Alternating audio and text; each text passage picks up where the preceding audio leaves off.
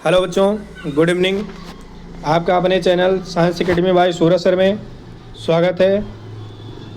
तो आप लोग कैसे हैं? मस्त हैं, स्वस्थ हैं, बोर्ड की एग्ज़ाम तैयारी करने में व्यस्त हैं। तो पिछले वीडियो में हमने आपको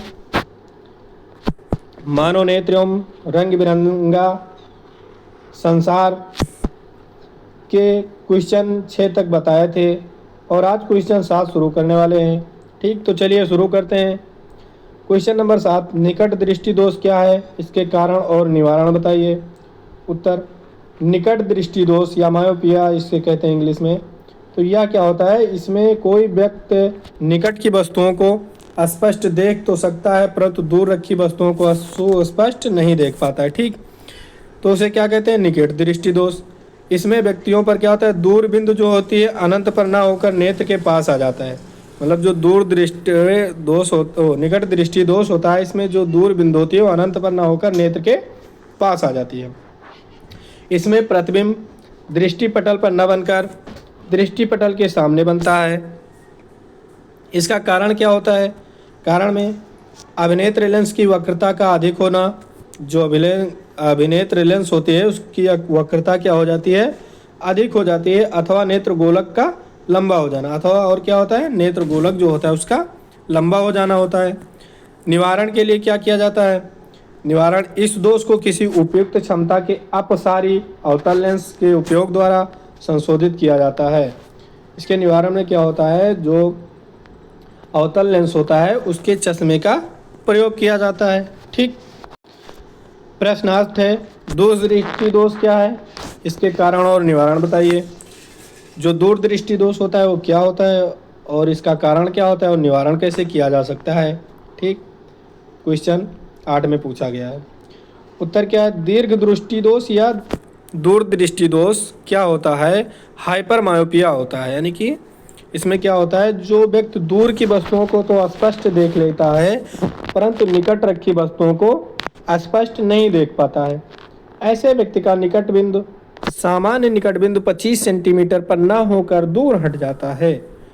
ऐसे प्रतिबिंब दृष्टि पटल पर न बनकर दृष्टि पटल के पीछे बन जाते हैं। ऐसे व्यक्ति को स्पष्ट देखने के लिए पठन सामग्री को नेत्र से 25 सेंटीमीटर से काफ़ी अधिक दूरी पर रखना पड़ता है। तो इसमें क्या होता है? जो दीर्घ दृष्टि दोष या दूर दृष्टि दोष हाइपर मायोपिया जो होता है, इसमें जो व्यक्ति होता है वो दूर की वस्तुओं को क्या करता है? स्पष्ट देख लेगा, लेकिन जो उसका निकट बिंदु सामान्य निकट बिंदु 25 सेंटीमीटर जो मानव नेत्र की सामान्य बिंदु होती है इससे दूर हट जाती है। ठीक, निकट बिंदु क्या हो जाती है? 25 सेंटीमीटर से दूर हट जाती है। इसमें प्रतिबिंब दृष्टि पटल पर न बनकर क्या होता है? दृष्टि पटल के पीछे बनने लगता है। ठीक, इसका कारण क्या होता है? अभिनेत्र लेंस की फोकस दूरी का अधिक हो जाना। जो अभिनेत्र लेंस होता है उसकी फोकस दूरी बढ़ जाती है, नेत्र गोलक छोटा हो जाता है। ठीक, निवारण में इस दोष को किसी उपयुक्त क्षमता के अभिसारी लेंस के द्वारा संशोधित किया जाता है। ठीक, तो इसमें क्या होता है? इसका निवारण करने के लिए उत्तल लेंस के चश्मे का प्रयोग किया जाता है। क्वेश्चन 9, जरा दृष्टि दोष, इसके कारण और निवारण बताइए। तो जरा दृष्टि दोष क्या होता है? आयु में वृद्धि होने के साथ साथ मानव नेत्र की समंजन क्षमता घट जाती है। जब किसी व्यक्ति की आयु क्या होती है? बढ़ती जाती है तो उसकी मानव नेत्र की समंजन क्षमता जो क्या होती है वो घटती जाती है। ठीक, अधिकांश व्यक्तियों का निकट बिंदु दूर हट जाता है। इस दोष को जरा दृष्टि दोष कहते हैं। ठीक, इस दृष्टि दोष में कुछ व्यक्तियों में कई बार दोनों प्रकार के दृष्टि दोष हो जाते हैं। इसमें क्या होता है? जो कुछ व्यक्ति होते हैं उनमें क्या होता है? जो इसकी दोष होते हैं दोनों प्रकार के हो जाते हैं, दूर दृष्टि और निकट दृष्टि दोष। ठीक, इसका मेन कारण क्या होता है? कारण इन्हें पास की वस्तुएं आराम से देखने में कठिनाई होती है, जिनका कारण निम्न है। इनमें क्या होता है? कारण यह दोष क्या होता है? पश्चाभी पेशियों के धीरे धीरे दुर्बल होने के कारण होता है। ठीक, क्रिस्टलीय लेंस की लचीलेपन में कमी के कारण उत्पन्न होता है। ठीक, निवारण इसका कैसे किया जा सकता है? इसका निवारण करने के लिए द्विफोकसी लेंस का उपयोग किया जा सकता है। ठीक। क्वेश्चन 10, टिंडल प्रभाव क्या है, इसके उदाहरण बताइए।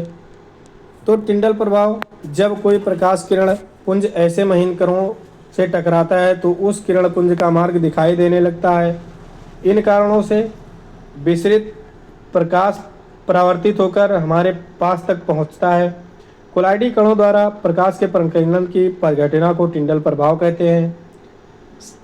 संक्षेप में जैसे इसका उदाहरण है तो वो क्या है, कोलाइडी कणों द्वारा गुजरने वाले प्रकाश के मार्ग को कोलाइडल के कण दृश्य बना देते हैं।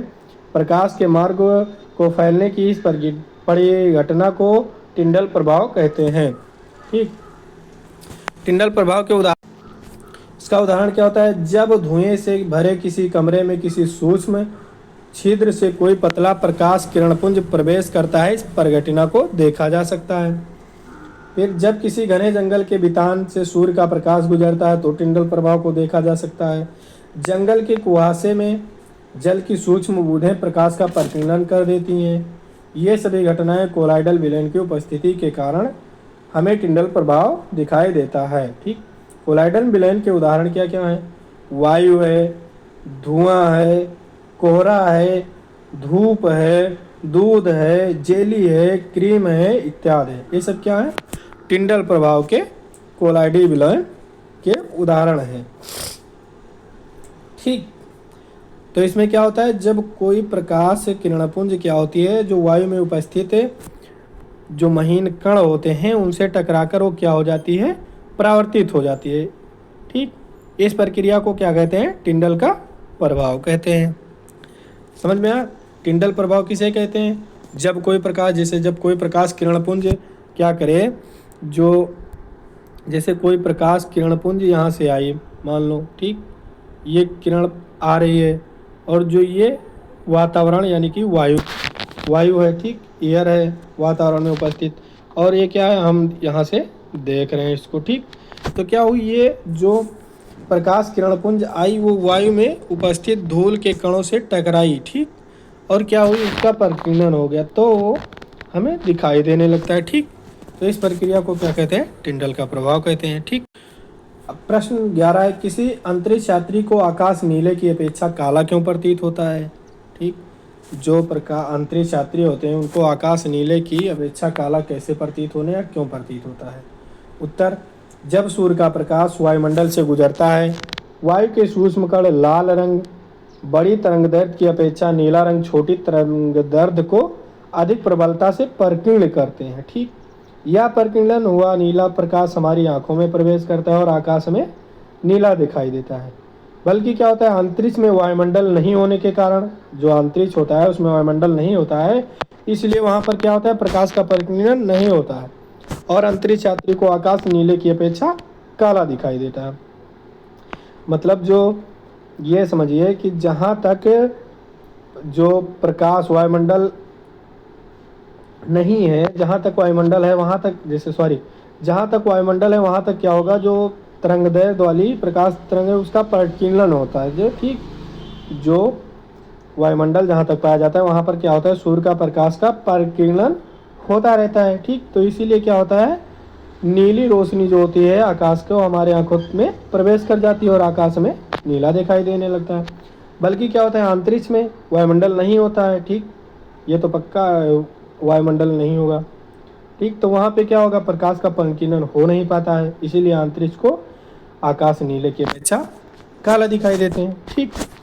तो आपकी क्लास आज यहीं समाप्त होती है। तो आशा करते हैं कि आपको वीडियो अच्छा लगा होगा। अगर वीडियो अच्छा लगा है तो वीडियो को लाइक करें, कमेंट करें, शेयर करें और चैनल को सब्सक्राइब करें। धन्यवाद।